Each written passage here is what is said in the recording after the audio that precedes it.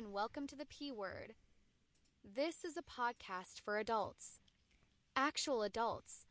We drink and swear and act like adults. Listener discretion is advised. And now, another visit with Jim's in-laws. The weather is beautiful. It's a day for a bikini. Fuck. What? Mine's in the wash. Do Do you see me tan? Does it look good? You're all white. I'm burning all right. I'm fucking gorgeous. Shut up, you box. Look at him. I might take off my t-shirt. No. I'm not going to burn. I don't care if you burn. Nobody wants to see your belly. His shadow looks 14 months pregnant. Your mother loves it. I'd rather have a staring contest with the sun than see you topless. Fuck you. What's better than relaxing on a sunny day with your family? Getting shot in the face with a nail gun. Welcome to the American Moron Entertainment Network. Welcome to hell, motherfucker! Just in case you didn't know it was us. We started early, Jim. Did? Yeah, you were 1 minute early. According to the clock on that monitor. On here it says now we're But it's wrong. Fix that shit. I don't think it's wrong. This is synchronized the atomic clock at Chernobyl. Where did you get that clock? Found it? Did you consult with somebody about that? Did you give our troop movements away? Ah. Damn you, you bastard! Never. I never do anything with. I All never talk right. about my movements. I think you did. No. Where is that? I can't find the show. Let me go see it. I think we're on everywhere we're supposed to be. Hey, look, we're there. That's great. I'm Let me just. not seeing Let shit. me stop that. And I love when I freeze frame these friggin' things. I always look like completely ridiculous. Then I have to look at it all night. And I got this stupid haircut, which is really Oh, there it pissing goes. me off. Now it's starting to work. Oh, there we go. You just had to wait for your clock to catch the hell up. Yeah. Piece of shit. What is it, a pop swatch? So look who's here. Yeah. Fran Galante. I said it right? Yes. Okay. Fran's a monster guitar player. Why, thank you. I think the So are you. first time. Thank you. I think the first time I met you. Wow, that was weird. How'd you do that? I'm the Fonz. You are the Fonz. Our video screen went down. First time I met you, I think, was probably at Sweeney's. Probably, yeah. Yeah, and then we were both on the Kiss Room together. Yes. And we played. Shout out to Matt Porter. Yeah. I was gonna say the Kiss Room, the Matt Porter Kiss Room. Yeah. Nice. There's a picture of us all together out in the hallway, and we're holding up the banner or something. Wait, really? Why have I never seen that? I don't know. Why did you not point that out to me? We're all up there. I don't know how that I don't know how you didn't get invited to come to that show, but Larry and I did. Oh, we're Kiss fans. Yeah, people don't like me. Maybe it's your Kiss association. I guess. That time you spit in Peter Chris's face. Hey. Speaking of Kiss, I want to let my wife know that Paul has more Kiss stuff in his house than we do. I'm He sorry. has more stuff in his house than Gene does. Right. Almost. Well, now I do because Gene's stuff is all at the Kiss mini golf. Oh, dear God. I have pictures to prove it. So if you ever watched the Kiss show, not the Kiss, the Gene Simmons show, Family Jewels. Oh, I think about the cartoon. No. Oh. He would invite people in his house, or on the show, whatever. And he had this office, he called it. I thought he would just show everyone his wife. No. Here's my wife. She was in Hot Dog the movie. And Playboy. That's not what he does. Anyway, he had this office, and he had jewelry cases full of Kiss stuff through the whole thing. Kiss pinball machine mannequins, all this stuff. And when Gene and his wife moved to Las Vegas for a whopping 6 months after building this incredible house, he had all of his stuff moved over to the Kiss mini golf, and they charged admission. Right. So it's funny because I was just in Vegas the past summer, and we stayed at the Rio, and that's where the mini golf is. And they also had the Empire Strips Back, and it was, I said to my daughter, take a picture of me standing right here because at the bottom it was Kiss mini golf. Right. And then on the second level, it was the Empire Strips Back. And I'm like, these are two of my favorite things, Actually, it's 3. Right. By the way, Tom from Tom's World is here. I am so shocked that Tom's actually here Why? because he never comes on. Yeah, he's been hanging about. I knew he would be here tonight. He's here every week, but I knew he'd be here tonight because Fran's here. But the Kiss mini golf is spectacular. Yes. And did you go into the Gene Museum? Well, it's funny because you spend the money on the golf, and then I saw Kiss. $12 to go to the Yeah, Kiss. but I figure I probably have half the stuff anyway, and I saw the Kissery 2 book for a really great price. So I'm like, you know what? Oh, better spent money. I'd rather spend the money on that. So, Well, I will tell you, the next time you go, you need to go in. Nance and I went and we did it. And at the time we went, we've been to Rio numerous times. We went there just for the Kiss Mini Golf. But at that time, the place was being torn apart because it was under new ownership. And it was just it was creepy in there. But we went and did the Kiss Museum, and I saw things in there. Even though I have the Kissery books, I'm like, wait a minute. Oh my God. I was having a flip out session in there, seeing some of this stuff in person. I'm whistling tonight as I speak. Did the Kiss I think I'm getting psychiatrist old. come out and take care of you? No. It's like the Jetsons. You can Everything get is married spaced there, though. Everything's You can get married there. at the Kiss Yeah. Chapel. Now, that's the second location for the Kiss Mini Golf. The original location was where Virgin Hotel is now. It's down Harmon Boulevard, if you know where Harmon Boulevard is, if you're familiar with Vegas, which was the original Hard Rock Hotel and Casino. Directly across the street was a little strip center, and that's where the Kiss Mini Golf was originally. And when Nance and I went the first time to Vegas, we went there. We've been probably every single time. We've been to Vegas 9 times. I think we've been to the Kiss Mini Golf 5 of the 9 times. And so we were chatting with them at the front desk, and I'm like, I'm a really big Kiss fan. But no bigger than anybody else that's a Kiss fan because we're all crazy. And they were like, we were talking about the wedding chapel. And they're like, would you like to see the wedding chapel? We're like, really? So they took us. Did you poke him in the eye with your nipples when he asked? No, my dick did it. Oh, that's even worse. Sacrilege. So we went back into the chapel, as they called it, and there was other stuff in there, other paraphernalia and stuff like that. It was really cool. And the doorway into the chapel is the Elder door. There's an album from Kiss called The Elder. It's not the actual door, but it's pretty damn close. It'd be like Gene's face, and then you go out No, the back. it would be Paul's hand if you're familiar with the album Kiss The Elder. right. But your design, my design, whatever. I have different thoughts. well, Gene, would it be a cod piece hidden in the wall, probably, or something? That's how you turn the lights on. Yeah. It's Squeaks. Just flip it up. But it was cool. So we got the full tour because they took pity on us because we were Kiss fans because we were pathetic. Does anybody else go there? I mean, Nancy's not a Kiss fan. it's not like they have church groups walking in there like, what's this? No, there was that one. Yeah, she was there, and we won't talk about that on the air. But it was fun. It was a lot of fun. And then they moved it subsequently when the Hard Rock closed. I don't know if it was related because it's a different building. It had nothing to do with it. But they moved it down to the Rio. And then Rio was owned by MGM at the time, and now they're owned by a different group of people. And it's getting better. And then they're building a new Hard Rock on the Strip. They're building a giant guitar hotel. Sweet. Yeah. I want to stay there when it opens. It's opening fourth quarter 2027, so I'm hoping in 2028 or 2029. Will it be guitar shaped? It is. It is. It's I don't think it's a Les Paul. I think it's more of a Florentine cut, so it'd be more like an ES 175 to my guitar fan friends. So you're going to stand out there in front and be like, that's not right. I already did it. I saw the picture. Pickups are wrong, and It's going to happen. it's going to freak you out. You're not going to be able to relax. good. So speaking of Vegas and Kiss, first day there, Ace Frehley is the day Ace passed away. Oh no! And it was funny because like people were texting me like a family member died. Oh, I got the same thing. Yeah, it was bad.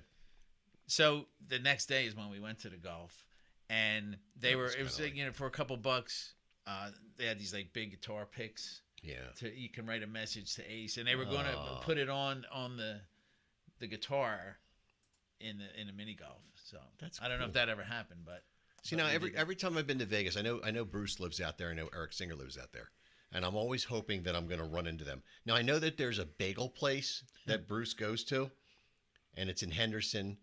And my wife and I have talked about, like, we should just take a ride down there and Just get a loiter bagel outside for a and couple of maybe he'll days. show up just by some chance. And then I said, and they'll think we're stalkers that we've been here. But Bruce, I mean, I've met Bruce before. He's such a great guy. You can't ask for a better guy in the world than Bruce. He's the nicest person in the professional music business that I've ever met. Like a rock star. Of all the rock stars I've met, he is the nicest person in the world. And so I watch a lot of videos on Vegas. I really love Vegas. And like if I had the balls and the guts, I'd move to Vegas. I love it there. But I got You too the much legs for it. too many people here. Too many people. Too many things. I got too much band stuff going on. Sort of. You could commute. Yeah, sure. Travel on Saturday Private jet. afternoon, and I could be there for the gig. Gene, I need a ride. You there? So I'm watching this video. There's people. If you don't know YouTube, like Tom, this is Tom's world. He knows. If you've been living under a fucking rock for the last YouTube, 20 there years. are people that film videos where they don't even speak. They just put a GoPro on and they walk. I did that by accident in the bathroom talking to Pat Shoemaker once. Oh no! Yeah, it was bad. Did you see that faucet? No, it wasn't the faucet. So I'm watching this video, and this guy's like, I'm going to show you Caesars. So he goes through Caesars Hotel and Casino, and then he goes into Caesars Forum shops, and he's walking around. And toward the end of the video, I see this guy coming toward the camera. That's Paul Stanley. That's Paul Stanley! And I'm flipping out because Paul Stanley's just walking around randomly. No bodyguards, no nothing. Just like a regular citizen of the earth. You sure it wasn't just like somebody who plays Paul Stanley on the strip somewhere? I would know. Oh. I would know. He counted freckles. There's a guy named Gil who I was just gonna impersonates say. Gene. He looks very much like Gene. He's probably the closest impersonator, except Gil, I believe, is Hispanic, and Gene is obviously Eastern European, Jewish, and Israeli combined. Oh, yeah. I thought he was an Eskimo. No, that's Ace Frehley. Sorry, Inuit. I'm sorry. Actually, Ace is he's Native American and German, among other things. How did that happen? Well, Somebody did you not somebody- take health class and science? And Yeah, I also took Section. geography, and I'm like, sometimes these people meet each other. oh, that's terrible. Okay. Too many people meeting each other. So for those that don't know, and if you're listening, you probably do, this man is in a very, very successful cover band called The Launch. And that's really why he's here. Let's just be honest. Right. You got to promote. If I don't promote, still get mad at me. So I remember you were in a different band when I first encountered you, and then you got in The Launch. And I was wondering if you could tell the backstory. Not the Backstreet Kids. What's the matter? Is there a dog out there? Fucking dog, I can hear it. It's not coming through the microphone. No, it's coming into my ears, though. Interrupted Fran's whole story. sorry, He's I'm thrown sorry. off. He doesn't know what's going on. I got upset. Sorry. Should I go all the way back in time? Like, Yeah. Start from the beginning. Yes, In the because- beginning, I was conceived. My mother gave me a guitar, and then I formed a cover band. We can skip the conception part. well, the first band I was in was called Side One, and we did, all the tunes of the day. But it's funny that the first band I was in, we wrote a handful of originals, and I write here and there, but not like when I was young. And I think sometimes when you learn too much about music, like I think the best songwriters are probably people who They have no clue. they have no clue. So I ruined it by learning too much about music. Nirvana? Yeah. What? Cookie Puss? But yeah, what's funny is Terry from your band Instinct. Mm-hmm. I met her when I was in Side One. I remember we played this That's like crazy. party in somebody's basement, and I'll never forget because our singer loved Led Zeppelin, so we did a bunch of cool songs, and the next thing you know, it's time to slow it down. We did That's the Way and Tangerine, and all of a sudden it was like the seas parted. Like, where'd everybody go? They either went to go smoke Go to the or bathroom. go to the bathroom. Hook up. But that's when I knew, like, you got to put on a show, and you can't bore them. You know, I mean, there's a time and place for. There's always room for "I Still Love You" at some point in the set. Right. I remember seeing Stone Temple Pilots, and in the middle of the show, they have like a couch and they do a little acoustic set. Right. You know, I think it's cool, but you got to know where you can get away with that. Zeppelin did the same thing. They would do their little acoustic set in the middle. Yeah. You know, it's all how it's presented. Exactly. And, you know. So I guess my next band was Electric City, and it's funny because we did a lot of like dance stuff, you know, and I'd have to go like.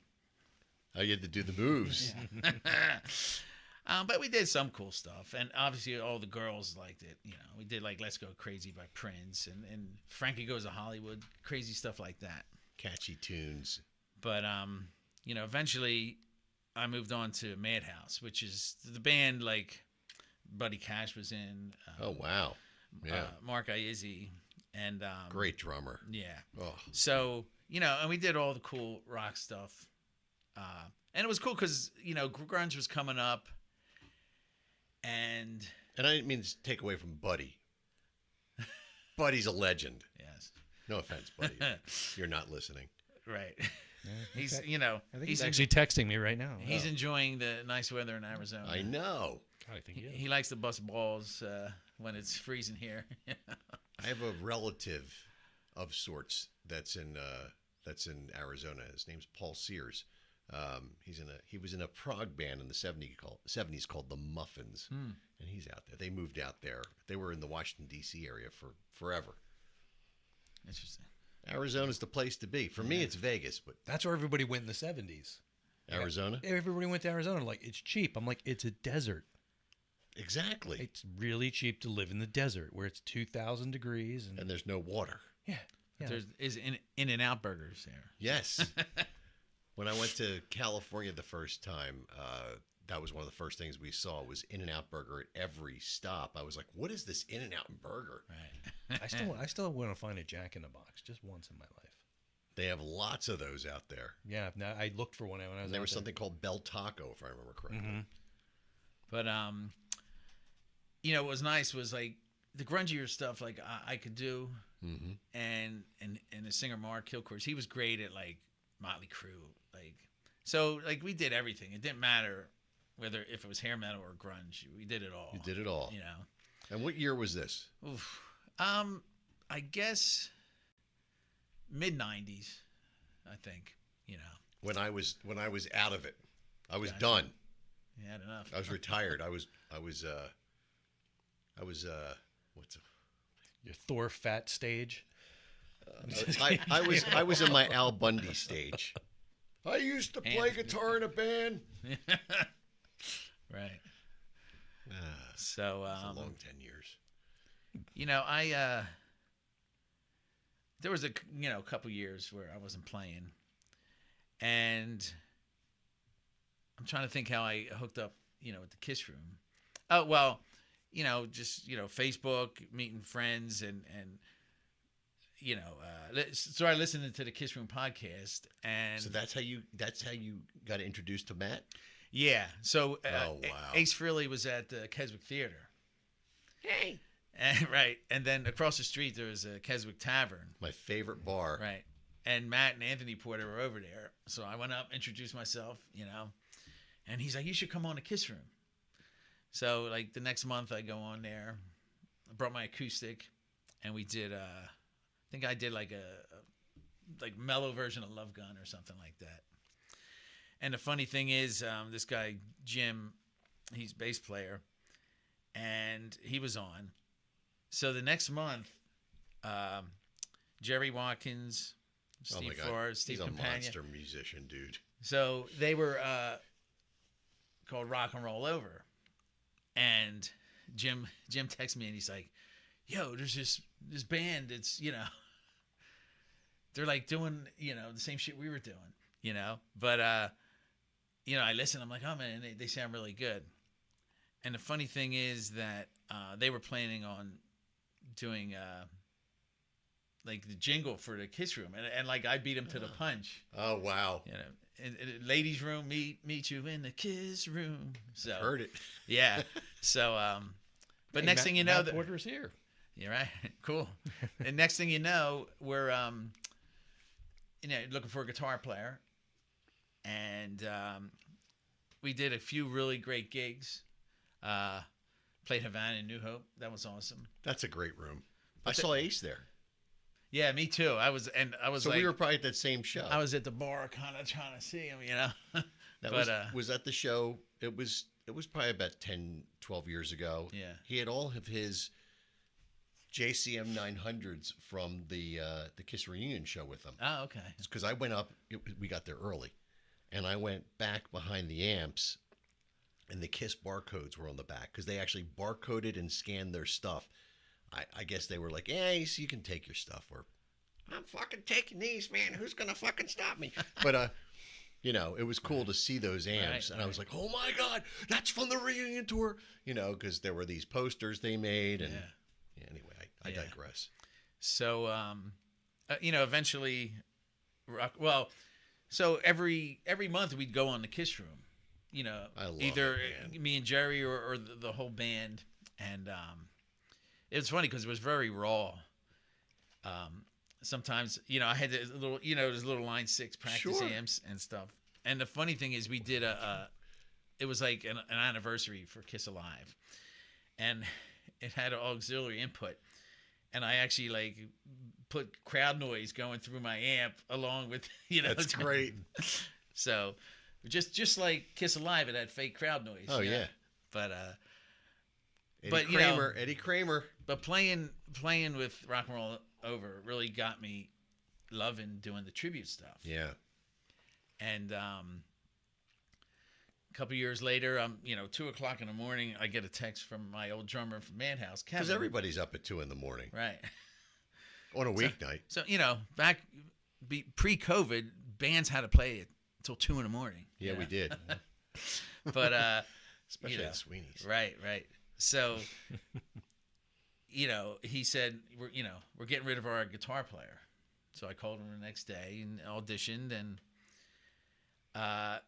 got the gig.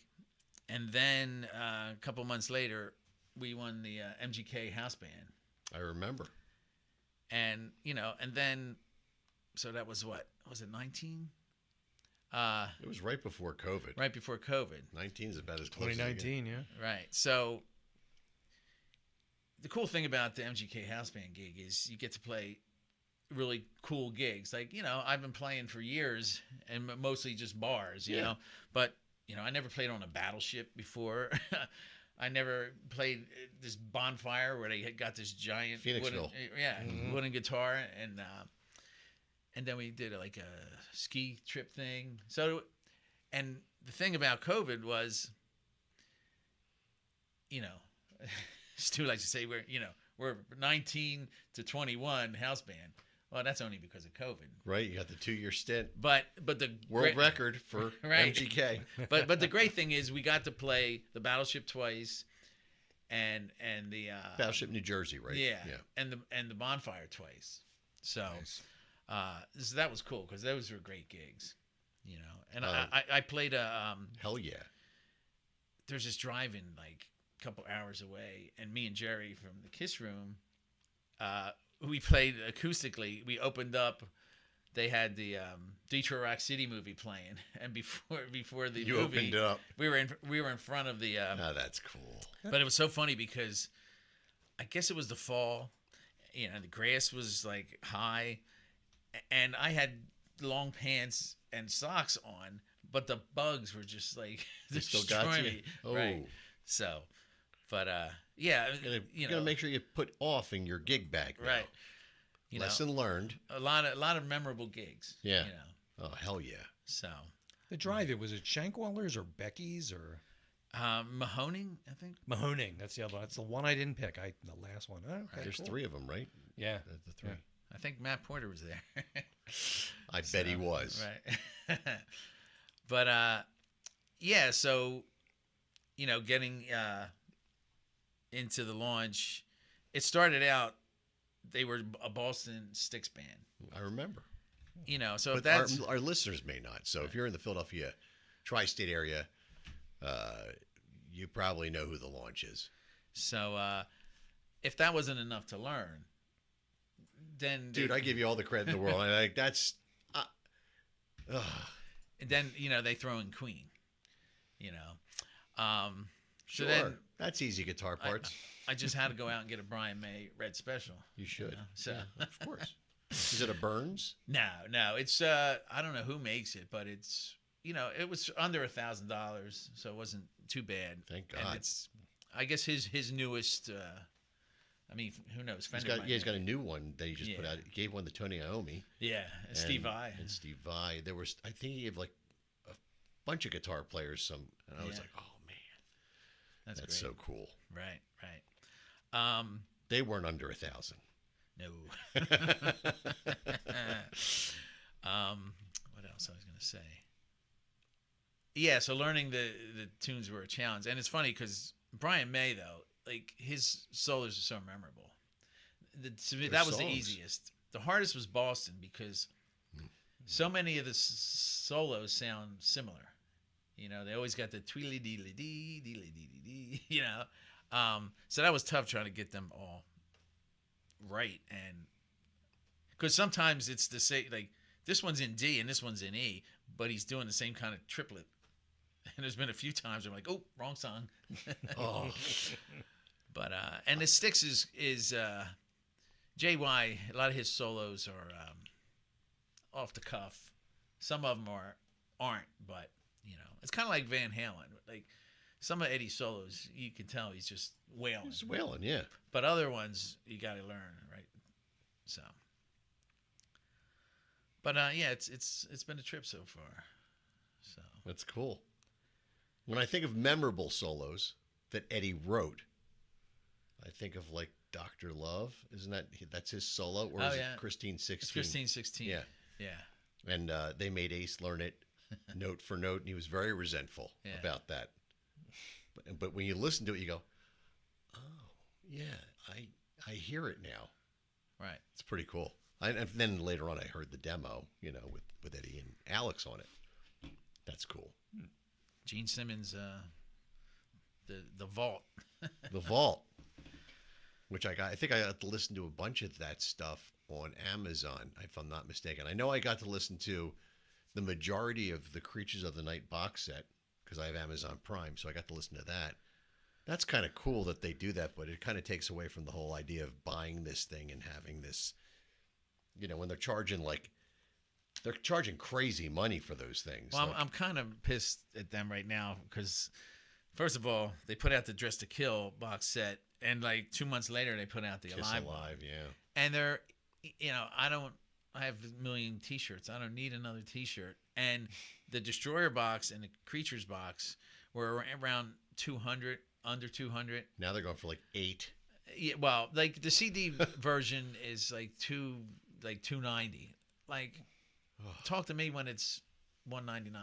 So my two favorite Kiss records, and this is kind of a wide split, but it's Rock and Roll Over and Creatures of the Night. They're my two favorite Kiss records. Period. End of discussion. And because Rock and Roll Over is the album that started me on my journey. I remember I found that when I first met you. I found a copy of that at a secondhand store. Did you? And I picked it up, and I'm like going home thinking, oh, maybe he doesn't have this, and I'm like, what the fuck is wrong with me? Of course he has it. I got it on cassette. The first one This was vinyl. Kiss, I bought cassette. I have 2 versions of Rock and Roll Over on vinyl, and then Creatures of the Night. I can't even tell you how many versions of that I have. I have multiple CDs because they did the one where they put Bruce on the cover just because why not? Right. And they changed the production a little bit, but I have the remaster on CD, and then I have the original vinyl sitting over there. Oh my God, I love that record so much. Like, oh my God. For those couple of years, from Destroyer to I guess maybe double platinum, Yeah, or the solo albums, the golden era, right, for sure. Right. Yeah, the production work was great, and I remember being really excited when Kiss Alive 2 came out and the fourth side, and I was like, wow, Ace is doing some different stuff here. This is the new direction. I got really excited, and then when I was a little disappointed when I heard some of the other stuff, Unmasked and all that, but I still love the record. But when Creatures came out, I was like, wow, Ace is using a tremolo. Like, you didn't know it wasn't him. I wasn't that sophisticated of a person. Right. I didn't play guitar. And now you're older and you're like, how did I not know? Not know that? Yeah. Right. Right. And it's like the Vinny stuff, when you listen to it now, instantaneously you know it's Vinny. Right. It's the solos, the guitar playing. He's got that whiny sound. He was using that amplifier over there, the Carvin. That was his main amp back then. So it has a certain whine to it. You know a lot of information here. Mostly, This is what he does when no one's here. Publicly, Like spreads it out on the table. like I know when he was with Kiss, he was What have I using a missed? Marshall on stage, but Vinnie Vincent Invasion, he was using Carvins. Now I don't know what he was using to push the front end, because you don't get that kind of distortion from a Carvin. It just doesn't happen. It's like a JCM 800. It's really. Yeah, I'm pretty convinced you have a murder board set up somewhere in your house with all this on it. Like all these little pegs and like yarn stretched between them. Don't go in that room. Yeah, I haven't been in that room. That's what I'm saying. Maybe these guitars he didn't buy. Maybe he murdered guitar players. That's possible. Yeah. I'm like, can I murder you for the $300 guitar? He keeps telling me it's paint, but See, I think first of all, I don't have the room to hang them on the wall. But if I did, then my wife would probably start counting them and know how many I have. See, but there's a trick to this. What's that? There's enough that if you swap one out and get a new one, they really got to be savvy. And then I just switch them around all the time. you just go like to a Kmart and buy some piece of or go to Goodwill, buy something with no strings on it. You'd be surprised. Or an inflatable guitar and be like, I'm getting rid of this. Every once in a while, you hear a story about a Goodwill, and there's some 58 Les Paul that somebody put in there. So Matt Porter's saying that the 50th anniversary of Rock and Roll Over is coming. Oh, he's hoping for it. I would probably buy that if it's sub 500. Oh, you're gonna buy it. So my biggest splurge for Kiss stuff was probably when the reunion show came. Went to night number 1 in Philadelphia. This is in Philly.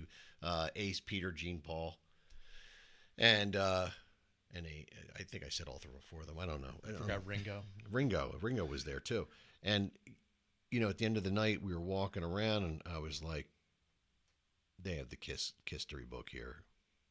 All right, give me the Discover card." And I bought it.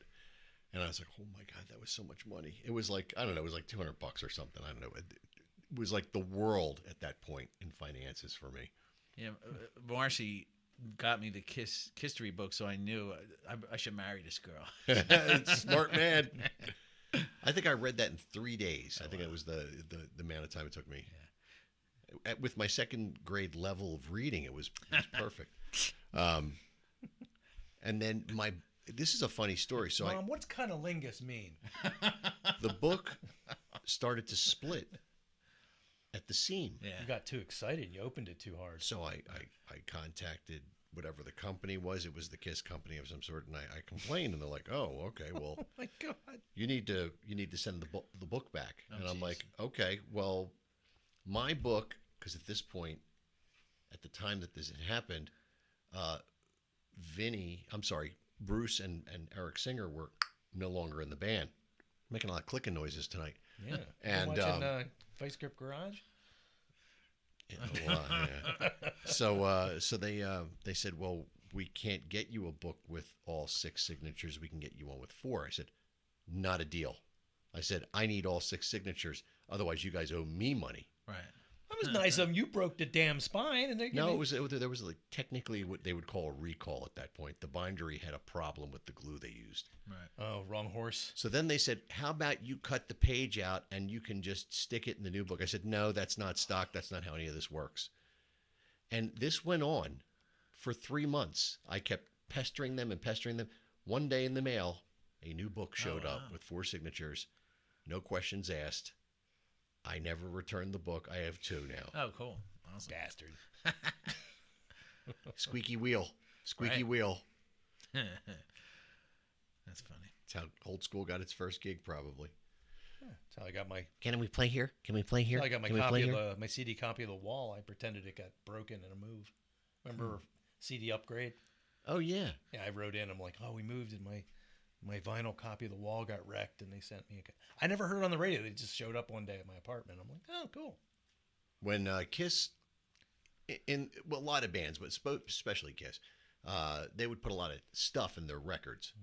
And Kiss Dynasty came out, and my record had a skip or something. I removed all the paperwork out of the record and then returned it. So I had 2 Kiss Dynasty posters. That was a little, you shouldn't do stuff like that, kids. But I remember, saying, they're not disco. They're not disco. I remember defending that point as I got practically beat up in school. Right. The things that people said to you, when you continue to fly the flag, there's a lot of Johnny-come-latelys now that say, I was Kiss fan forever, man. No, you weren't. Right. See, our school, it wasn't everybody loved Kiss in our school. Like Not in 1979 even like- they did. And the thing yeah, is, did the before that even. Before that, yes. But And- after Dynasty, Well, yeah, but people would say things to you that were not, I can't use them on like I say the F word. Yeah, I won't yeah. say the things that they called me. yeah. I mean, really, you got really beat up for being a Kiss fan. It was awful. Oh my God. Mean, awful things were said. But did any Rolling Stones fans bust balls when they put out "Miss You"? Like, because I mean, to me, that's the equivalent of "I Was Made for Loving You."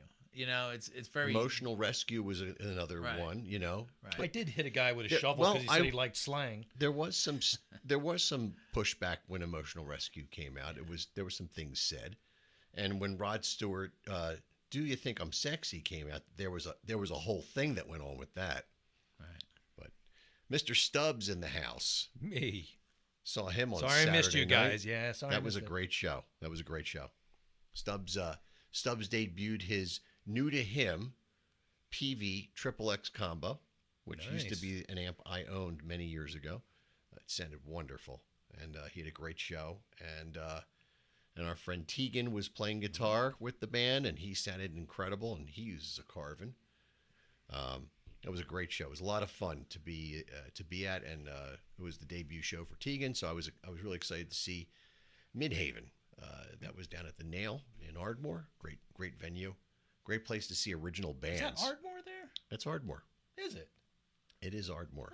I guess so. It's the other side of Ardmore, but down by the train tracks. Ardmore, Haverford, Havertown, that whole area right there is It's like a little confusing. it's like Radnor, King of Prussia, and It's a 30-minute ride TE. from our fair city.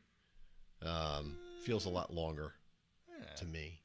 Is it really? Maybe. You have to make that turn after Bryn Mawr Hospital. And I went to Villanova, so it's right down the street. I used to hang out there at school, so to me it was just like it was packed, man.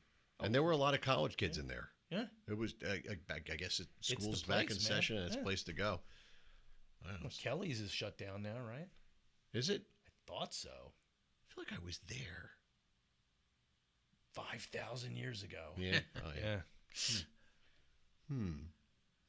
All right, I'm ready for a beer. You All right, yeah, let's do some beer do this tasting. now. Oh yeah. Bring out my thingy. And like the song says, take one down, pass it around. All right.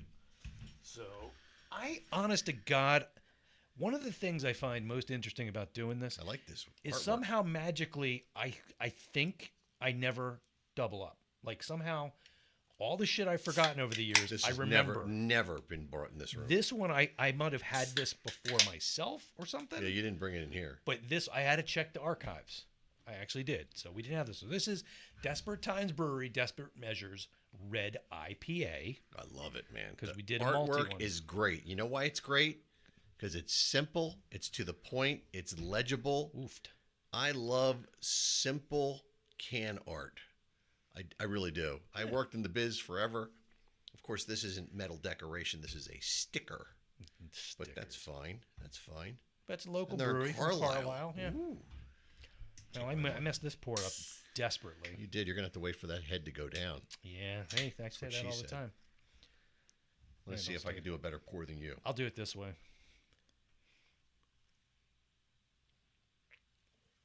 See, So it's a good beer to have since you have me on. You're resorting to desperate measures. Dude, man, I don't know. Mine is really foamy. Even when I swallowed it, it like turned to air. oh no, Oh, Jim! but it is good. I can smell it, man. It smells like cat. It's a red IPA, man. What's going to be like all, you know? I'll have to sip it out of the can. 'Cause I'm Pine getting a Solid. lot of head. Right. Me There's, too. I'm not that big of a IPA fan, but this is Mm-hmm. good. Let's see. And This is the only kind of like, if it's a red IPA, I can do it. If it's a regular, like, like a, triple, quintuple, hazy New England IPA. That's a lot. There's a lot going on there. Yeah. I can't do it. It's like drinking Pine Sol. my daughter's big Panic at the Disco fans, and they some arena in Jersey he played, and they had a special. It was like IPATD, so Panic at the Disco IPA, and I'm like, you know what? I'll take one for the team. I'll buy this beer and drink it, and then they can have the glass as a souvenir. Oh, that's or, cool. or the can as a What a souvenir. good dad you are. And man, it was like I wish I could drink from it was my like kid. a tree. It was like drinking a Yeah. tree. Yeah, this smells like a tree. But I was And like, a cat. If I liked IPAs, I would just stand there and wait for all the girls to buy this beer and take one sip and go, "Bleh," and then drink yeah. it for them. I'll drink it for you. Here's the can. I do not want to overindulge on one of these because you don't want this coming back up. The resin, it's too much hops. I'm going to give this a 7.5. Mm-hmm. After 3, I'd love this. After 3, you'd drink I'd your love own anything, ass. I mean, yeah. yeah. Like, how do I do that? I don't know. You talked about it once. I don't want to get into All it. right. Sorry. That Jesus, was I need a knife. This isn't bad, though. I made a cake. So, Frank, your daughter plays guitar, right? No, well, no. They both of my daughters Oh, you've two. started. Yeah, So I only knew about one. Gianna and Mia Bella. Mia Bella, when she was like, Are they Irish? Interesting. I forget how old she was. Maybe 9, 8 or 9, probably 6 9 years ago, I think Yeah. this happened. I don't know what she is now. So 7. actually, they both sang on the Kiss Room. Something was going on. Yeah, Mia sang Rock and Roll Night, and Gianna sang, I think it was Sure Know Something, and it was great. And All the Aussies love it. right, yeah, big in Australia. So if you listen to the Kiss Room, you know what that was about. Australia. Yeah, so it's great, and I wish I could get them to play with me more. One of these days, I want to start a band with one of my daughters, with a bunch of old guys like us, and call it Old Men and a Lady. And our poster for the gigs will look like 3 Men and a Baby. That's great. That's a great That's play. cool. Matt's telling us we should pull some guitars down and start doing some Kiss riffs. So I was gonna say something about Ace. Oh, a few years ago, well, when we rock and roll over, Jerry was gonna make, they were like this big and this wide of the solo album covers, and he started with Ace, and he didn't like the way it turned out. So Was he painting them? no, I don't know where he got him from, but Okay. he got the Ace one done, and it just maybe wasn't glossy enough or too glossy or whatever. But he never got the other 3 done, and the band broke up, and he gave it to me. So it was that expo where Ace did the whole solo album. Oh, wow. So I'm like, You took it with you. yeah.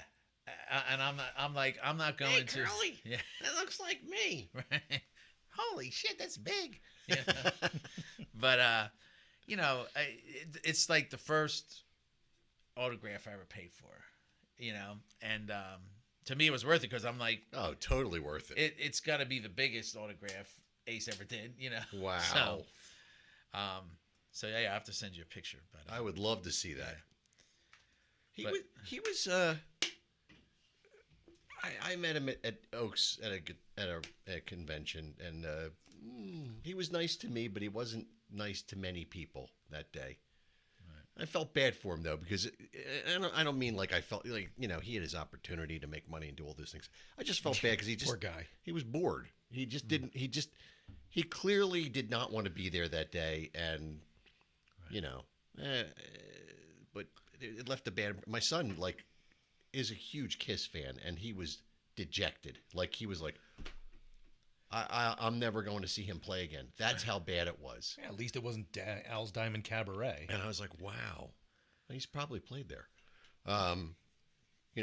David he's met Peter Criss and he's met Eric Singer, both of whom were super, super nice to my son. And my son, when he met Eric, David was probably about 8 years old.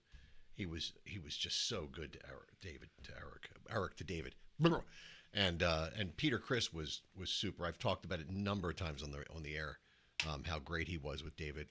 They both love Gene Krupa. I leaned in and told Peter that, and Gene, Ace, Paul. Peter jumped up from behind the table, came around, and was hugging my son, and I'm just like, awesome. My life's complete. Hey, he's mine. My Kiss life's complete, at least. Oh, that reminds me when Gene was doing his vault. Yeah. Thing, and then he did the tour. First of all, he shouldn't need a cheat sheet if he wrote the songs, but I know all this stuff. But he was doing songs at the Truck. Yes, he was doing songs that he probably didn't do in a while. They did the poster boards. Right, that's what I was going to say. I was there. But the funny seeing the roadie come out and flip the poster boards. So but I can relate. They were doing some pretty obscure shit. My eyesight, is going. We're almost the same age he was at that point. Right. So, but anyway, I was listening to the radio that afternoon, and they were talking about that Gene brings kids up for Rock and Roll Night. So all of a sudden, he's like, "Where are the kids at?" I'm pushing my daughters up there. So I have a video of them up on stage with singing, Matt Porter, of course. Yeah, of course. Singing Rock and Roll Night. So that was pretty cool. So yeah, I definitely the Gene that was at that show was not the Gene that I met 2 times prior in my life. Yeah. Totally different guy. Interesting. I was like, Uncle Gene is so nice. Yeah. Oh, regular Gene is not so nice. What's the matter? You got a comment. I got a comment? Oh, I can't see it because there's stuff. Fantastic. Kiss is great, but they are not fantastic. Look at that. Who said that? Mike Kowalski. Oh, okay. I wonder if he's related to that guy. The Polish guy? The one with the doors and the dreams. Little guy. Oh, Mike Wazowski? The monster? Actually, Morrison? no. It was the Penguins. There's a Kowalski penguin. Kowalski. Oh, well. There you go. I had the wrong movie. Damn it. Wrong animation movie. They're both Polish. Yeah. Well, Polish penguin, Polish. my mom's Polish. My mom was Polish. Yeah. But yeah, it's up to your But parents. I'm not. Neither am I, thank God. We're adopted. I don't have their laugh. My brother was adopted. Not the Polish laugh, the Friday laugh. I was gonna say it's up to your parents to turn you on to good music. So I've turned them on to Kiss. So who turned you on to Kiss? Actually, my brother, who's a year younger than me. Ah. He turned me on to Kiss. Alice Cooper, one of my wife's least favorite bands. Yes. My wife does not like Yes either. It's definitely, you don't see many girls. You see more girls at a Joe Satriani concert than you do at a Yes concert. Which is pretty scary in and of itself. But I think about Joe, his melodies are so They're memorable. and relatable. Yeah, you can sing them. So He writes melodic lines, Right. vocal lines. exactly. The songs that make the whole world sing. Not that That's good. somebody else. Sorry. Yeah. We drink more. It's But okay. I think the That was musician that my dad turned me on to that I like was Neil Diamond. My mom listened to Neil Diamond growing up. I grew to appreciate that at this point in my life. Right. My father was into Herb Alpert and the Tijuana Brass Band, which I just think of cars when I hear it. what else? My dad listened to marching bands, so I never got into marching bands. Why not? And he listened to, he was really into John Denver.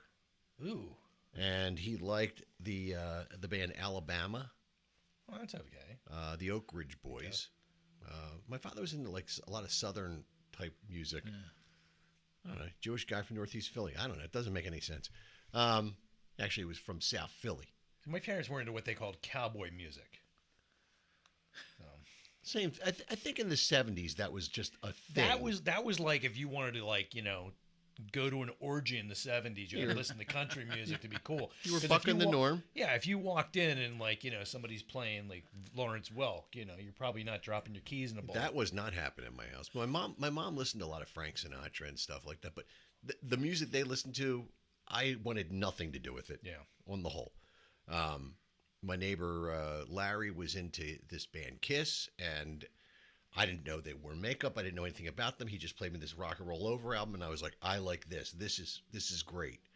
And that was cool. What is that? I hope it's not a drone. If we were in my neighborhood, it'd be a punk ass kid on a motorbike. Oh. Well, yeah, we Sounds got like an those too. airplane. Yeah, it's a plane, but it was weird because a minute ago I took these off because I'm like, the hell was that? But yeah, It's because I have the window open. I think we're going to get killed by a drone. That's fine. I hope not. That's fine. We're not on the West Coast. They said it's going to happen I over have there. beer. I'm good. But I really didn't get inspired by my parents. My neighbor Larry got me into Kiss, and that was a turning point. And that same summer, I saw the movie Star Wars, and my life was set. That was it. Another click. Tonight's thing is click. And that just set me on a path, man. See, my mother used to go to like places and buy any books and any records. So like when she died, my dad's wife made him throw everything away. So like I was working with them, and this like crate of records is sitting out on the dock, and it was always weird because it'd be like she has a copy of the original version of Elvira. Oh my God, is that horrifying? Oof. But like she's got all this weird stuff, and it's mostly like old 78s and stuff. Like it's like the green see-through shit. Like it's all kinds of weird stuff. And my grandfather had a lot of that stuff. Yeah, and I'm going through it. I'm like, I have no idea. What the hell's the best of bread doing in here? Like weird shit would get mixed in, and I'd be like, I'll take this. But yeah, he threw it out there, and by the time I got to it, it was just all gone through. They just took everything that was of anything good. But in the 70s, there were a lot of great songs that the great thing about Kiss is hey, Joe, they had a face, that you could remember, where there were so many faceless bands. And like, I remember this 8-track. I wish I had it. I could look up all the artists on the 8-track, because like songs like Jackie Blue and songs like that, like there were so many good obscure songs from the 70s that like nobody knew who they were. No. So literally, Video killed the radio star. right. Kiss was the original video band without a video. They developed this whole thing, and they became incredibly memorable. And it's really brilliant what Bill O'Coin did with them. He made them bigger than they should have been, because they couldn't be bigger than what they were, and they took the Beatles thing and just put it on steroids, and I think that's so cool. Well, I think all the drugs in the 70s have probably helped a little bit too. When they saw the Kabuki makeup, Yeah, a little bit. Like, Yeah, okay, that probably makes pretty sense to cool. me now. Yeah, I'm good. Yeah. I mean, Kiss obviously never got to the level of being a Beatles in terms of songwriting, but the Elder had some interesting stuff. I was driving home. I don't know what night it was. I was driving home, and there was this guy. I think it was Saturday night when I was driving back from the Midhaven show, and it was a radio show on HYY, and they were playing a song from this guy that Paul McCartney was really into. And this guy's song came out in 1970, and I wish I could remember what it was, because it was brilliant. And you could hear these harmonies. You could see this guy absolutely influenced the Beatles and definitely influenced Wings. You should have gotten really drunk and called the station. Demanded to know what it was. I And think be it as was vague as possible with them. recorded because they do Oh, it. but still, somebody's There's there no live doing it. radio now. Yeah, You can always go on the station logs and look them up. I should do that because it was a really cool song. I really dug it, and I was like, wow, I didn't expect to hear something like this tonight. I always when people, there's people who are like, cover bands suck. Originals are where it's at. And I was like, you know what? The greatest band in the world, the Beatles, were really A cover band. Van Halen was a cover band. Right. And I personally feel that if you have a lot of influences, you learn a lot of songs, and then you put it all in a pot and stir it, you're going to get something original. I wish I had thought about it that way when I was a young kid. I mean, I started out on covers, but I was one of those people in the 80s who was like, Right. no, cover bands suck ass. I don't do that. I'm doing originals. I'm sophisticated. And I wasn't learning anything. Read I my was shitty poetry. just regurgitating the same shit over and over. Just Tom Petty. I just read the Mike Campbell book. I've been talking about it probably for the last 4 weeks on the show. And they were the ultimate cover band. Him and Tom, Mike and Tom, multiple different people that were in and out of the band, but they did so many covers over the years, and it's a great book. If you ever want to read about what it's like to be in a cover band or in a band and what happens and contracts and all the shit that goes sideways, it is a great, great, great book. And he is way too deferential and way too nice about Tom Petty. Tom Petty definitely was the vehicle, and without him, and you definitely get the feel from that on reading the book, there would have been no Mike Campbell. Nobody would ever have known who he was. But Mike Campbell, infinitely talented musician, co-wrote some of the greatest songs you've ever heard. Lots of stuff he collaborated on that was outside of Tom Petty. Played for the Maple Leafs. No, sorry, The wrong Campbell. wrong Another Campbell. Campbell. Sorry. And it was probably one of the more fascinating autobiographies I've written. I'll have to check it read. I wish I'd written it. Ridden. Oh God. But yeah, he's definitely, a handful of underrated players.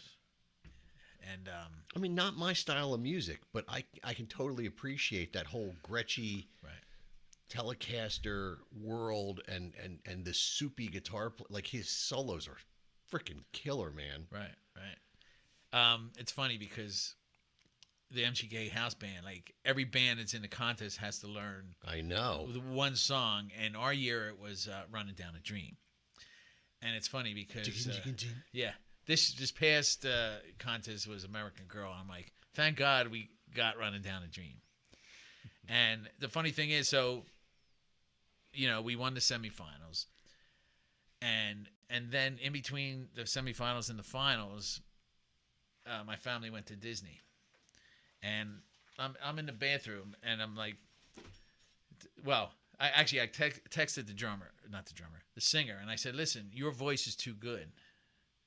I should sing Tom Petty, because he has some great high voice to do Freddie and Brad Delp and all that. So I convinced him that I should do it. So we mainly do Boston Sticks and Queen, but if we're playing a Sweeney's or something like that, we'll throw it in there. We'll throw in Tom Petty. So, yeah, some of the songs that the bands have to do, you're like, oh God. we were in that competition. It was old school Mach 2. Yeah, it was Mach 2. And we had to do oh my God, I can't even remember the name of the song now. But it was so outside of our realm and what my realm was. Right. But we nailed it. We came in here. Yeah. And we went through that song like 2 nights in a row for like an hour or two apiece just to make sure it was perfect. And we got beat out by another band. I'll never forget the guy who did the Metal Shop on MMR. He was there, Ray Coop. And he came up and he goes to me, he goes, "You guys got robbed." I was like, "You think?" He goes, "You guys smoked every band here." And I was like, Dude, thank you for saying that. That I'll was be great. thinking of you tonight when I'm lying in bed and can't Unfortunately, sleep. we didn't get through, but that was really cool that he came up and said I that. always look at it like American Idol. Like by the finals, all the bands are good, Yeah. but song selection is the important thing. Yeah. You know, a friend of mine was in the finals with us, and one of the songs they did was "Can't You See." Can't you see? Oh yeah. I'm like, how you gonna win a contest with that song? You know, Yeah, it's not very. right? You got to Right. pick some catchy tunes. Right. I don't remember what we even played at this point. We had to split it up because we had multiple singers in the band at the time, and we had a drummer who sang on top of it. So I think they were splitting vocals all around. There was a whole bunch of stuff going on, but we did what we do, and it was all the way down in Delaware, and we brought about 50 people, and they were all wearing old school shirts and all this stuff, and it was, Well, that's the funny thing is, like, you know, some of the other bands at the finals, they rented a bus, they got a bunch of people out. it has no bearing on. And they're like, "You mean we didn't win?" You know. I So- think what happens is the judges, it actually works against you in that scenario. You think? I do. I think they're like, yeah, well, you think you're going to win because you've got all these people here. Right. No, that's the Screwballs Halloween costume contest. I know. I'm sorry, Jim. I've never gone up for that. Oh, I thought you were in costume that Not time. a whore. I'm not doing that. Come on. If I win, I'd feel guilty, and if I lost, I'd feel worse. I'm not doing that crap. I just go down to the drink and armor. I go down there and well, we showed up this past year. Was that the guest? There was the Halloween costume. I was Gene Simmons. The first year I went down there, somebody won. They were dressed. The guy just took his jacket off and he had a concert T-shirt on. I remember you and telling he me said you he were very was upset. like somebody, and I was like, "Are you shitting me?" And it was because he had all these friends there, and they clapped. And there were other people who had really cool, like goofy costumes, Right. like stupid, like that's really funny kind of. And this guy won, and it wasn't even a costume. And it was like, yeah. So that's I could see that counting against you if you bring a bunch of people. Like, yeah, that's not gonna work. Fuck you. You know. That was my takeaway. That's the way I viewed it when it all went down for Old School back in the day. But I don't know. I dude, that's so cool though that you got to do that. Yeah. And you know, I'm friends with the guys in Dog Bite Money. They were one of the first bands, and they got to play at Sony Blockbuster Entertainment Center in those days, right? They got to play on the main stage, and that was cool. And you know, I've talked to Freddie about that, and Chris, and it was just it was a moment, like you know, you can just imagine. You know, I wonder why they stopped doing that. having the bands play there, I don't know. There's probably some licensing thing going on, or who knows what. Right. I mean, so MMR now has like the band of the month thing, and so Right. my son was the band of the month in May last year, Studweiser. So he was down at the MMR barbecue last year. Cool. So he's walking around, he's talking to people, and he walks up to the booth. They were interviewing our buddy from this last one. I think I know. We don't have many friends. Oh my God, Brian Quinn. Oh, They were interviewing Brian, and my son knows Brian, and so my son walked up to the security guy. He's like, "Hey, yeah, like I know Brian," and the guy's like, "Yeah," and he's like, "Well, I was, my band Studweiser," and so they went over and they were talking to the guy that was running the whole thing, and he was the DJ who picked them. And like, bring him back. So they were back there, back in the booth and hanging out, and Cool. he was like, that was cool. That was like, because when my son was little, he would go with me to concerts, and every time I went to a concert, we would get stopped. Hey, Paul, Old School, Instinct, like all this stuff would happen. And he was like, Right. wow, Dad, you know everybody. And I'm like, no, I know the 15 people that you ran into with me. Right, But he thought that was the coolest thing. And although it was at that venue, the Sony Blockbuster Entertainment Camden fiasco of a open air venue, Kotex Tampons Stadium thing. whatever it's called now, place. I was on a television show in about 2004. They redid a room in my house. It was one of those home shows. Yeah. And they did all this stuff, and they talked about this guy in a band, and it was this whole thing. It was the only time I was ever recognized from being on television. I was standing at a urinal taking a whiz, The guy next to me looks over and he goes, "You were on Design Invasion. You're the guitar guy." And I'm That's like, the most scariest thing I've ever and I heard. just said, of all the places to get recognized from the television show, it happened here. Can I have your autograph on my penis? While I'm holding my wanger. That was funny. That's great. I'll get it tattooed later. Yep. That was my most famous moment in my entire life. I don't know. Like that first year I went to M3 and you and I were drinking and everything, and then like Nancy said, "I give up," and just walked away, and you fell Passed asleep on the lawn. See, I knew where this was going. But like people were like, you know, we were all wearing old school shirts and they played the parking lot. So people were like, "Hey guys," and stuff. So like when she took off, like I stayed there because I was afraid somebody's gonna walk off with you.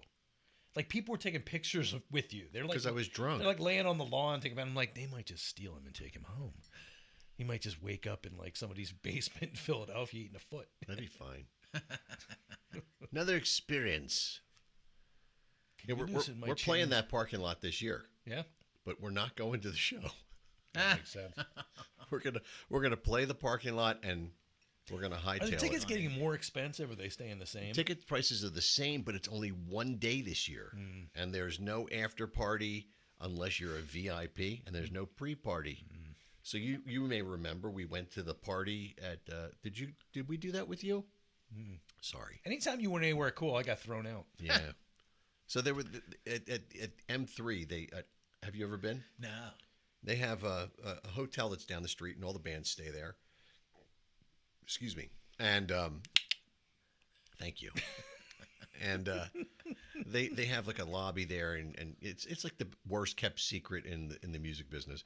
So you go there and you hang out, and bands are staying in that hotel, so they come down, they have a drink, you're talking like, "Oh, it's George Lynch. Hey, George, ESP, blah blah blah blah." That's what I do. Yeah. And George is standing there still playing that fucking solo he was doing. And then then they have a ballroom in the basement. And they throw you out of the bar eventually, and everybody goes downstairs, and they have like karaoke, or they have a band. Like one year, Heaven's Edge was playing. Cool. This year they're having Quiet Riot, another band, and Quiet Riot. Steven Adler's band's playing. But unless you have VIP tickets, you're not getting in. Well, the VIP tickets are like, I don't know, $700 or $800 a piece. Like, I thought they were like 2,000 or crazy. no, it's actually in that realm. It's not too bad. But I was like, yeah, I'm not doing that. So I for anybody who's going to M3, sorry, we're going to play the parking lot and then we're going to hightail it. We'll do our thing and then we'll go get a nice lunch somewhere like McDonald's and then we're going home. Tried a new burger. I wish I had found a place to have Hey, breakfast that time. that guy sold it really poorly. I saw that video. That was bad. Yeah, that was kind of sad. It was really sad. It was like right from The Simpsons, like when Krusty did a Krusty Burger. He's like, "Oh, I almost swallowed it." It was bad, man. Jesus Christ. I go to Eddie V's every night. That was bad. Ah. So, was there any point where you kind of fell off the Kiss wagon for a while? Never. For me, I and didn't looking mean to back, be so. looking back, like I appreciate the Elder now, but I loved the Elder from day one. seeing the tear come down Gene's. First of all, they cut their hair, and then it reminded me of that commercial where the Indians crying. Of course, that's Iron Eyes Cody. So, but Trash. so for a while there, see, and that's when I was getting beat up in school. Yeah. No, I never stepped. kept the I faith. kept the faith. No sacrilege. No sacrilege. The only time that really happened for me, and I love Tommy Thayer. I didn't care for the whole Tommy Thayer thing. I think you and I have had this conversation. I think I love him. He is a great guy. He's the best Ace Frehley player out there, but it just sometimes didn't work for me. I would rather have, but I understand it's a marketing thing. Right. You want to have the guy that sounds like, they don't want to have a Bruce Kulick up there with the tremolo doing classic Kiss songs. Right. But I really, really, really loved Bruce Kulick and Kiss. Right. And that bummed me out when he was out. Like, I was really upset. That's the closest I came. I still bought everything they put out, and I listened to the records and went to every concert. and cheered Tommy on and loved everything he did because he's a great guitar player. Cried and yourself to sleep. crushed a lot of that stuff. Yeah. But he never sounded like Ace to me, ever. Right. Nobody sounded like Ace. Nobody's ever sounded like Ace to me. It's sort of like when I hear an Eddie Van Halen impersonator or somebody who's trying to cop Eddie. I don't know if There's a he lot sounded of like Ace when I heard him. close.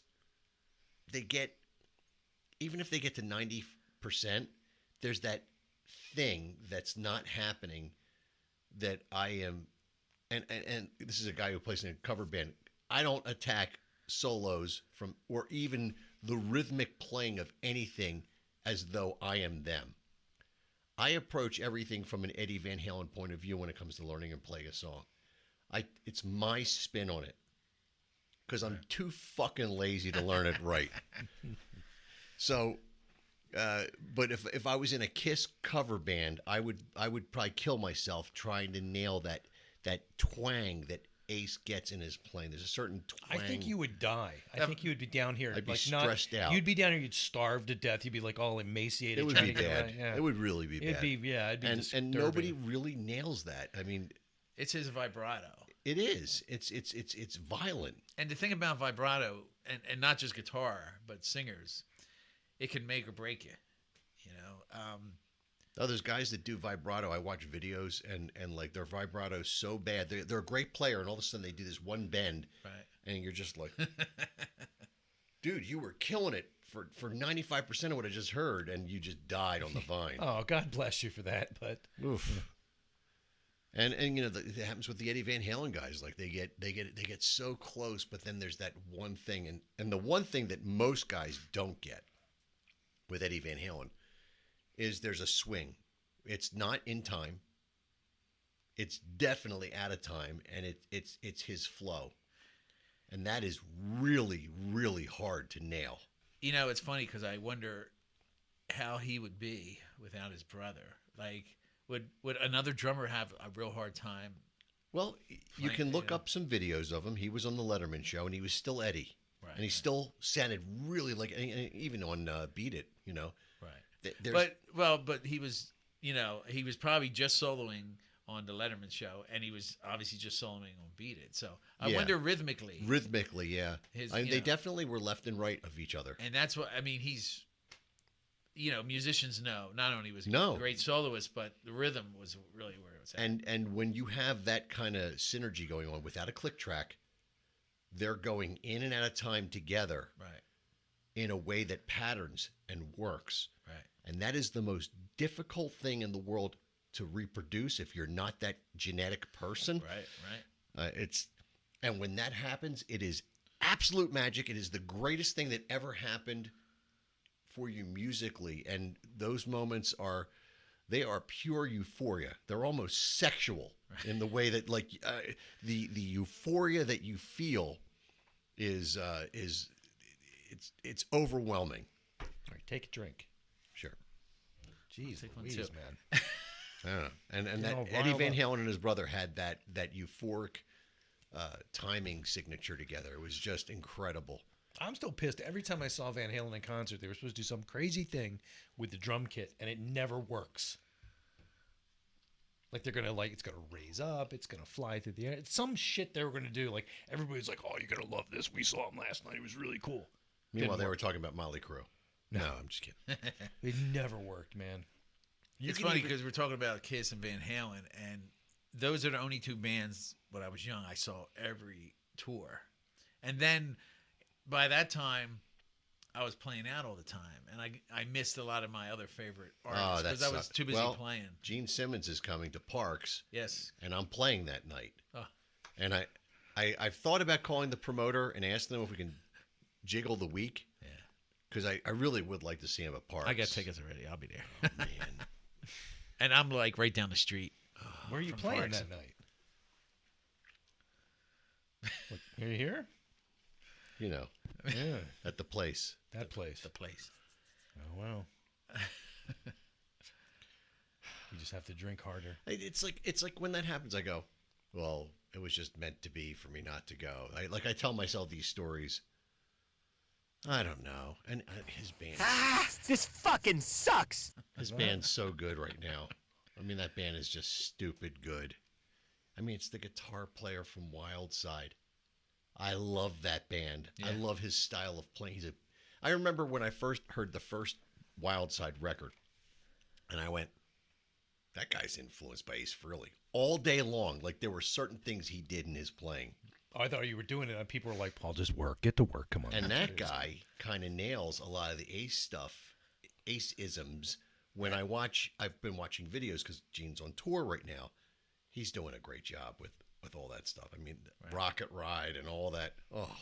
Oh God. He's got. I love doing that solo. That's so good. It's a great solo. Oh, yeah. When do I get to see you play that? Right. I want to see that, man. Yeah, I mean, I miss, doing a lot of that Kiss stuff, definitely. But, the good thing about the launch is the songs aren't like 3-chord bashers and even after all these years, it's challenged. Like, I think it's been like 7 years I've been in the band. It's a 7-year itch it's now. been that long. But speaking of the launch, before I forget, to check out our gigs, go to launchbandphilly.com and our schedule's there. And we got a gig April 25th at the Colonial Theater. In Phoenixville. Yes. Watch out for the blob. Yeah. So go to colonialtheater.com and get your tickets. April 25th. Repeat your address again. I'll type it in. I got it. I Oh, you- got it right okay. now. Oh. I didn't know what you were doing over there. I knew it was something important. Yeah. You put it on the YouTube? Did you Yeah, put it it on on both. Okay. I'm not getting any. Nothing's happening on my Give screen. it a minute. It's right there. Sorry. And actually, speaking of YouTube, I'm trying to think of our You have a YouTube page? yeah, and we've done I'm impressed. we got our during COVID we had nothing to do but make you were doing some stuff. yeah, so we recorded Under Pressure, appropriately Too Much Time on My Hands, and That's good. and Bohemian Rhapsody, and it was funny because Too Much Time we did all the goofy shit, but we just all recorded stuff at our own That's great. house. Is you guys? Yes. We can play that.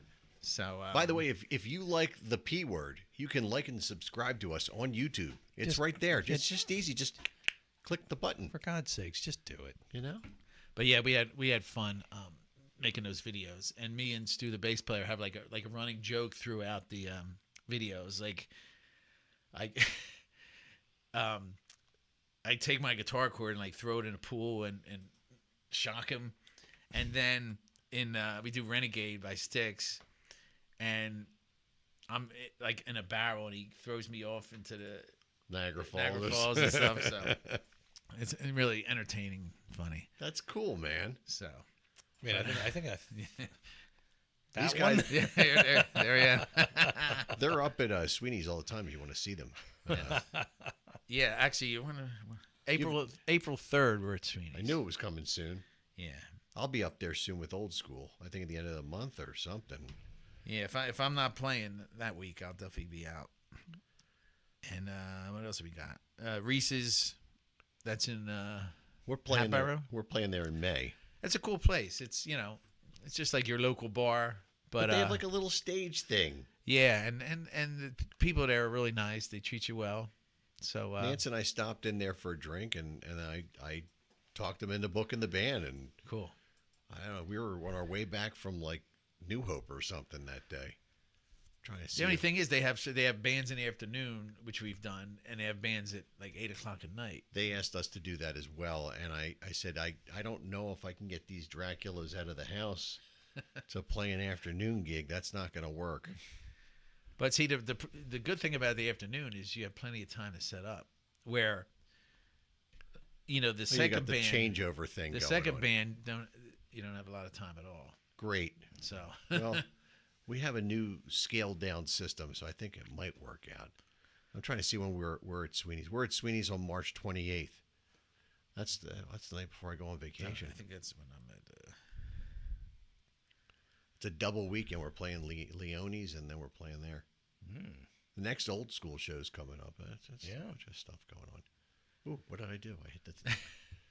Just click on one of the windows. You'll be So, Fran, unfortunately, you're going to take part now in our little game. Okay. done. We're doing that? We have very little time left, unless you want to parlay it to next week. It's up to you. I think we have time. You can do this. Let's do it. Yep. 1, 2, 3, 4. This is Jovi's favorite.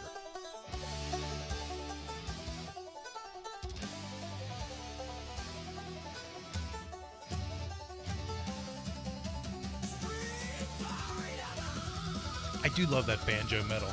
Good. Zach Wilde's he's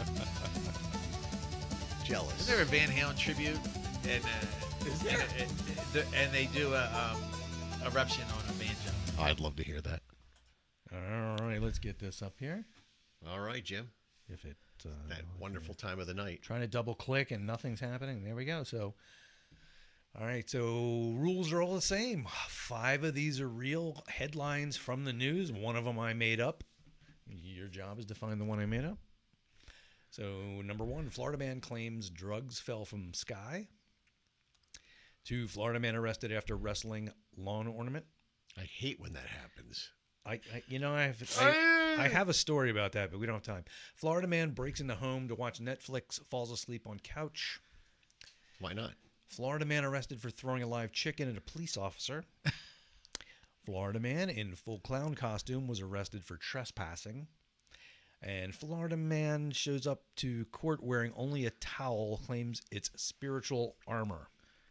So you're telling me only one of these is fake? One of them's fake. Jesus. Good luck. I was on a streak where I got him like 3 weeks in a row, and then I failed after that. I felt bad last week because Bree was listening. She did get it right, but the delay thwarted her. Well, she still got credit. She got credit for it, yeah. I feel like 3 and 4 are definitely real. The breaking feel in like to they're watch all- Netflix and the live chicken at the police officer. So I'm pretty sure those are real. But so bitch. I think I've lived all of this stuff.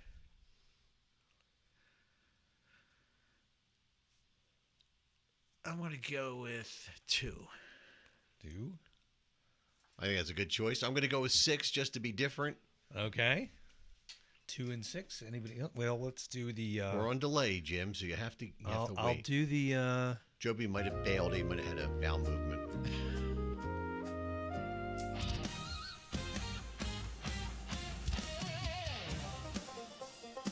Nice. I like it. What are you going to do when I stop working and I have all kinds of time to devote to this show? Oh, I don't know. We'll have to sit down here. This will be the highlight of my week. We'll have to do like an album of this shit. It's coming. Do like a Cookie Puss album. Bree's saying 3. Okay.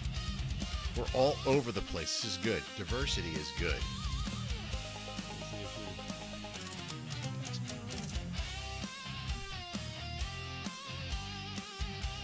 We got nothing coming from the Facebook peeps. Bunch of dicks. They tuned in for the first 5 minutes. Yeah, that's Fran. Okay, I'm out. All right. All right. So, all right. I'm not doing my job. So Bree said 3. Fran, what'd you say? 2. Oh, I can't do it that way. Damn it. Okay. It's not working in this view. Oh, that's enough time. I don't care anymore. That's good. All right. All right. So Votes are in. 3, 2, and 6. All right. All right. So this one is real. The live chicken's obviously real. I knew it was. I hope I can do this. I saw that. I can't do it in this view. Okay, I'm changing my delete view everything? back. This sucks. I just hate this. I say that every morning at my desk. How do I do this now? Oh my god, I hate this. This is explosive beer. Oh my god, this is awful. There we go. I think I can do this now. We got everything. Okay. All right, so this one is real. 5. Somebody's saying 5. Okay. All right, now I can actually do this. So, Bree said 3, right? Okay. Oh my god, just work. And It's hard to keep track. Okay. It's okay. You're doing a great job. Getting it done. Okay. I'm trying to get all this shit out of here. I don't want to, but it's not Just possible. relax. Everything's fine. It's fine. It's fine. Okay. All right. That one's real. All right. I'm going to start breaking hearts now. Okay. Don't go breaking my heart. So let's see. Okay. So, Dr. Fuzz. I'm sorry, but this is That's a real one. Stu's stage name, Dr. Fuzz. Oh, okay. Okay. I was like, who is that? We get some weird stuff on here. This one is real. Sorry, friend. Damn. All right. So it's down between you and Bree. And sorry, Bree. This one's real. I'm back, you actually baby. won one. I'm back. I'm back. That was my second choice. So there you go. That's the. And I only did that to be different.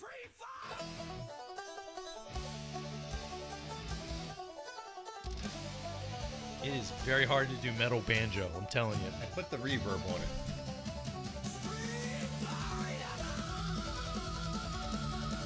Like that's what I would do if I could play the banjo. Just be in a metal band and play the banjo. Borrow it? You have a banjo? Oh God. I have a Line 6 guitar that can get a Emulate banjo. it. Yeah. So I remember when Bahama Breeze opened up, they had a guy that would use a Line 6 guitar and he would emulate other instruments. I thought that was the coolest thing. Oh, Jim. Huh. You know what? We made it through another show. Holy shit. We have 5 minutes. Nobody's puked or peed or shit themselves. This is awesome. I am not done yet. Yeah, I know. I said, well, so far. There we go. Plugs? We doing plugs? We got about 2 minutes for the plugs. We got 2 minutes? We got 4 minutes for the plugs. I say, Fran, Yeah. plug away, man. Right. Come see the launch, launchbandphilly.com. Check out all the dates and definitely come out to the Colonial Theater because theaters are cool. And what's the date on that one The again? Colonial's really cool. April 25th. Very nice. Yeah. That would be fun, Jim. Am I Yeah. playing that night? Ah, I don't even know. you don't even know what you're doing over there. I don't know. I got stuff going on, but I got to check it. Let me see. That's 90% of my problem is like I can't do You anything. need like a rotor up on the wall. I need an assistant. Well, there you go. Too. That'll help. But once I retire, I'll be my own assistant. I'm assisting myself in doing nothing. that sounds very masturbatory. Whatever. I don't know. While you're doing that, so Tuesday nights at 9 o'clock, check out on MoncoRadio.com. Check out the P word, Jesus Christ. That Cat Call, my daughter's radio show on Matt Porter's radio station up there. But hey, check out the MoncoRadio.com any day of the week. They've got some really cool stuff out Where there. music and minds meet. Yep, there you go.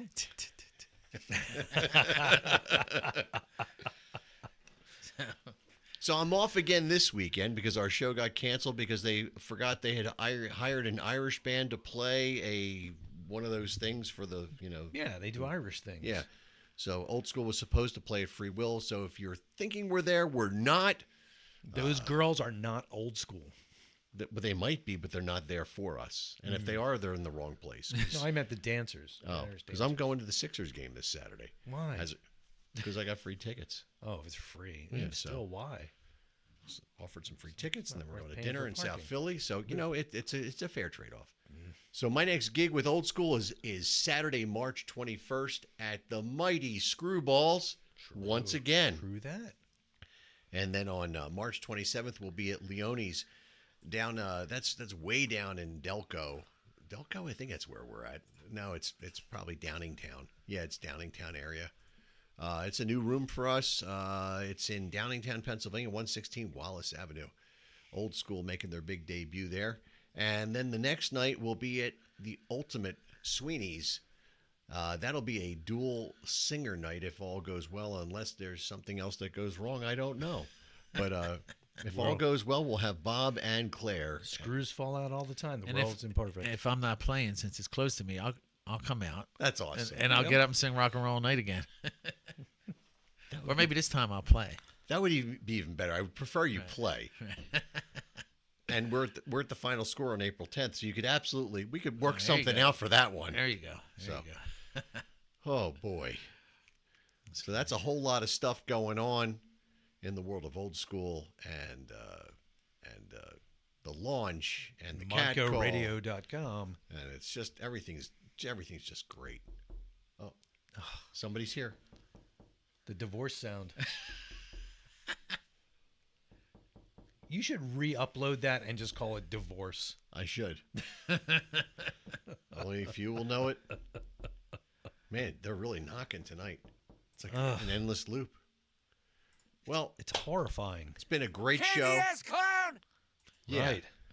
Thank you, Fran, for driving all this way. No problem. Appreciate you coming. You're thank always you. welcome back. I said to everybody Thanks that for comes having in, me. anybody who wants to come on, if you've been on the show before, you can come back.